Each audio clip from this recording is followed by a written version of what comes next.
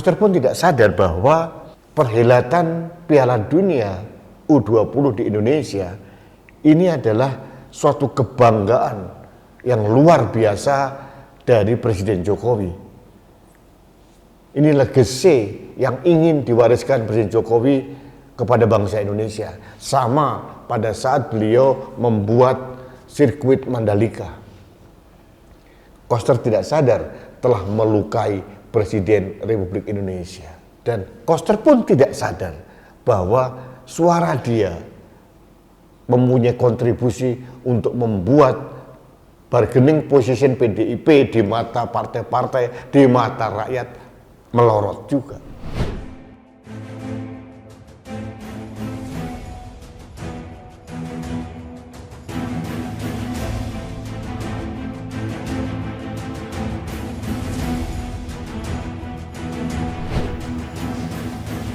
Halo sahabat Indonesia, kita bertemu kembali dalam Opini Rudy. Sahabat Indonesia, ada kabar yang melegakan.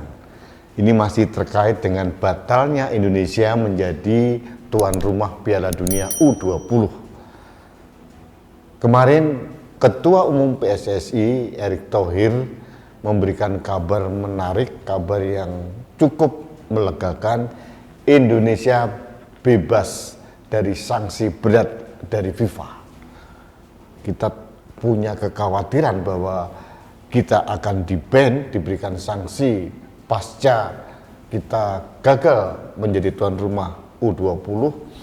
Ternyata menurut istilah Erick Thohir, Indonesia hanya dikenakan kartu kuning, bukan kartu merah. Ini melegakan. Jadi sanksi yang diterima oleh Indonesia hanya sanksi administratif.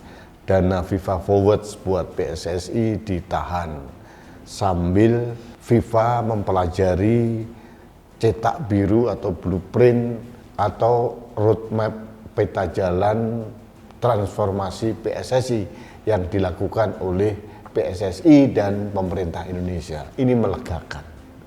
Nah, sahabat Indonesia, sebelum saya memberikan opini terkait dengan gagalnya kita menjadi tuan rumah Piala Dunia U20, khususnya terkait dengan tanggapan kepala daerah yang menolak, yaitu Iwayan Koster, Gubernur Bali yang terhormat, izinkan saya membacakan pokok pikiran Bung Karno, orang yang sangat kita hormati bersama. Ini penggalan pemikiran Bung Karno terkait dengan politik. Negara ini ada karena rakyatnya. Pemimpin ada karena bekerja untuk rakyatnya. Negara ini bukan kerajaan, bukan kekaisaran, maka negara sudah seharusnya milik rakyat dan pemimpinnya bersama-sama. Maka jangan pernah engkau mengkhianati rakyatmu. Jika engkau sudah dalam jalan yang benar, maka kekalahan pun yang kau dapatkan tetap menjadi kekalahan yang terhormat. Orang akan mengenangmu sebagai pemimpin yang terhormat, pemimpin yang dikagumi dengan hormat, bukan dengan caci maki.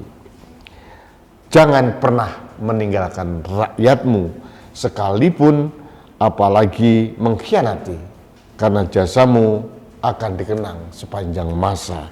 Ini pokok pikiran Bung Karno yang menarik, yang seharusnya dipahami oleh seluruh pemimpin Indonesia saat ini, termasuk Iwayan Koster. Kemarin saya melihat semacam unjuk rasa dari para pemuda di Bali, khususnya simpatisan atau fans sepak bola di Bali, anak-anak muda, anak-anak milenial yang memberikan pernyataan menarik bahwa mereka minta Iwayan Koster menjadi pejabat untuk rakyatnya, bukan pejabat partai. Ini menarik. Nah, lebih menarik lagi adalah statement atau pernyataan dari Iwayan Koster pada pertemuan dengan instansi atau beberapa kelompok masyarakat pegiat pariwisata di Bali. Koster dengan bangganya bahwa saya adalah gubernur yang berhasil menggagalkan tuan rumah Piala Dunia U20. Ini kebanggaan yang menurut saya salah tempat dan salah diucapkan oleh seorang yang telah melukai rakyat Indonesia. Koster tahu bahwa penolakan timnas Israel di Piala Dunia U20 di Indonesia sudah pasti itu kebijakan dari partai, bukan murni dari seorang Iwayan Koster. Saya punya keyakinan kuat nyali Iwayan Koster tidak sampai ke level itu. Sebagai contoh, pada saat perhelatan pertemuan IPU, Interparliamentary Union, di mana ada Ibu Puan Maharani, ketua DPP PDIP sekaligus ketua DPR, menjadi pemimpin di IPU, Koster tidak berkutik apa-apa, membiarkan bendera Israel berkibar di gedung pertemuan. Sekarang Koster dengan bangga, dengan menggunakan konstitusi, dia menolak timnas Israel. Meskipun ada aroma yang sangat tidak konsisten dari seorang Koster. Tapi itu saya sudah bahas di Opini Rudy yang lalu. Dan sekarang menurut saya tidak layak atau tidak selayaknya seorang Iwayan Koster membuat pernyataan-pernyataan ikutan yang merasa bangga telah menggagalkan Piala Dunia dan merasa bangga gubernur yang kecil dan hanya satu-satunya gubernur yang bisa bersuara keras menggagalkan Piala Dunia U20. Koster tidak sadar bahwa kontribusi dari ucapannya dia itu benar-benar melukai sebagian rakyat Indonesia. Karena seorang Koster juga kita kehilangan kesempatan emas untuk menjadi tuan rumah di multi event yang baik. Kita kehilangan kesempatan ada talent scouting dari luar negeri datang untuk melihat pemain-pemain muda Indonesia, talenta-talenta muda Indonesia di bidang sepak bola. Koster mungkin tidak sadar bahwa dengan kita dibatalkan menjadi tuan rumah U20, artinya Indonesia sudah kena blacklist event olahraga internasional yang lain, khususnya di tingkat dunia, seperti Olimpiade, Piala Dunia, susah akan terjadi. Susah kita akan ikut bidding kembali, kecuali mungkin ASEAN gitu, atau Asia gitu, masih memungkinkan.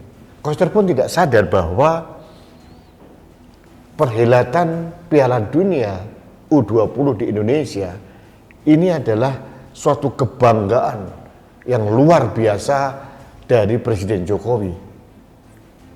Ini legacy yang ingin diwariskan Presiden Jokowi kepada bangsa Indonesia. Sama pada saat beliau membuat sirkuit Mandalika. Koster tidak sadar telah melukai Presiden Republik Indonesia. Dan Koster pun tidak sadar bahwa suara dia mempunyai kontribusi untuk membuat bargaining position PDIP di mata partai-partai, di mata rakyat melorot juga. Ini menurut saya ketidakdewasaan seorang Iwayan Koster menjadi sosok pemimpin. Tidak bisa melihat dampaknya apa dan hanya mengikuti apa kata pimpinan partai. Makanya saya sangat mengamini pada saat teman-teman saya di Bali, khususnya anak-anak muda, mengatakan seharusnya Iwayan Koster menjadi pemimpin atau pejabat rakyat, bukan pejabat partai. Karena gubernur diberikan amanah oleh rakyat untuk memimpin administrasi satu wilayah, bukan hanya penempatan oleh partai. Penempatan partai dengan cara apapun tidak akan menjadi kenyataan kalau rakyat tidak memilihnya. Itu hal yang dilupakan oleh Iwayan Koster. Satu hal lagi yang ingin saya sampaikan terkait Iwayan Koster, bahwa ternyata dia juga sudah memberikan statement kabar bohong atau hoax. Dia mengatakan salah satu alasan penolakan Bali menjadi tuan rumah Piala Dunia U20 karena faktor ancaman keamanan di Bali. Ternyata pernyataan Iwayan Koster dibantah dengan tegas Polda Bali. Menurut Kabid Humas Polda Bali bahwa selama ini tidak ada ancaman apapun di Bali terkait dengan apapun. Artinya Iwayan Koster mengada-ada. Jadi sahabat Indonesia, ini harus saya sampaikan karena luka saya belum kering. Sekarang seolah-olah luka saya tersayat kembali saat saya membaca berita betapa bangganya Iwayan Koster telah mampu menggagalkan Indonesia menjadi tuan rumah U20. Katakanlah ini dilakukan atau disampaikan Iwayan Koster dalam konteks bercanda sekalipun, tapi ini bercanda yang tidak pada tempatnya. Jadi Iwayan Koster siap-siap menuai badai atas tuaian angin yang sudah ditaburkan, karena siapa menabur angin akan menuai badai. Iwayan Koster masih ingin jadi gubernur Bali berikutnya. Apakah kekuatan partai yang benar-benar diugemi oleh Iwayan Koster bisa mengantarkan kembali menjadi gubernur, atau semua tergantung rakyat Bali? Bali ini istimewa. Ada klub sepak bola Liga 1 namanya Bali United. Ini menarik, ini merupakan kebanggaan Bali. Dan saya tahu teman-teman saya di Bali, kaum milenial, kaum baby boomer seperti saya, sangat mengagumi sepak bola. Dan ini harapan ini pupus habis karena Iwayan Koster. Dalam hal ini Iwayan Koster lebih tunduk atas perintah partai dibandingkan tunduk pada perintah presiden. Ini menurut saya Iwayan Koster tidak pada tempatnya. Meskipun saya tahu sebetulnya gaung kepada masyarakat jauh lebih besar statement dari Ganjar Pranowo dibandingkan Koster. Tapi tetap saja Iwayan Koster mempunyai kontribusi yang sangat signifikan dalam menggagalkan Indonesia menjadi tuan rumah Piala Dunia U20. Yang terakhir saya hanya mohon kepada Pak Koster, ingat apa yang dikatakan oleh Bung Karno. Negara ini milik rakyat, bukan milik partai, bukan milik pemimpin. Rakyat yang akan menentukan kamu jadi pemimpin atau tidak. Itu yang dikatakan Bung Karno. Seharusnya Iwayan Koster membaca pokok-pokok pikiran Bung Karno kembali agar menjadi pemimpin yang rendah hati, pemimpin yang berakar di rakyat, bukan hanya pemimpin yang bergantung pada partai. Baik sahabat Indonesia, terima kasih. Ini opini saya terkait dengan Iwayan Koster. Sekali lagi disclaimer dari saya tidak mempunyai masalah pribadi dengan Iwayan Koster. Jadi no hard feeling, saya hanya menyampaikan opini yang keluar dari hati nurani saya. Dan saya mempunyai keyakinan nurani saya, kata hati saya yang terusik dengan statement Iwayan Koster begitu bangga telah menggagalkan Piala Dunia adalah mewakili jutaan rakyat Indonesia. Baik sahabat Indonesia, terima kasih. Kita bertemu kembali dalam Opini Rudi selanjutnya. Salam satu Indonesia, salam Pancasila. Saya Rudi S. Kamri.